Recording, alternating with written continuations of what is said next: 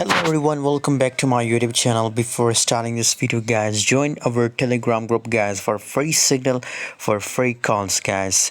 The link is available in video description. Check now and join for free. In this video we are going to talk about Bitcoin next moment, that will be the next moment. Currently guys, if you look here, so from last 24 hours BTC is completely stuck.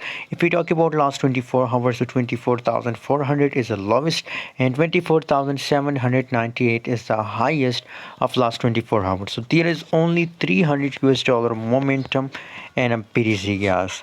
Now what should we do in right now situation, and what's the possibilities for BTC as it will pump or dump? Let's see guys. So guys, if you look here, the volume 24-hour trading volume 51.77% going looking negative.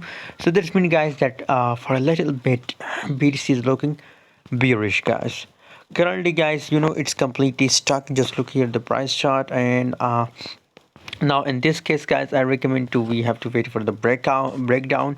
So in that case guys, we are waiting for the perfect breakdown, and when it's make a breakdown, so we will do short BTC guys. And I will also give you a signal on my Telegram, so join now for latest calls. Thanks for watching, see you in next week.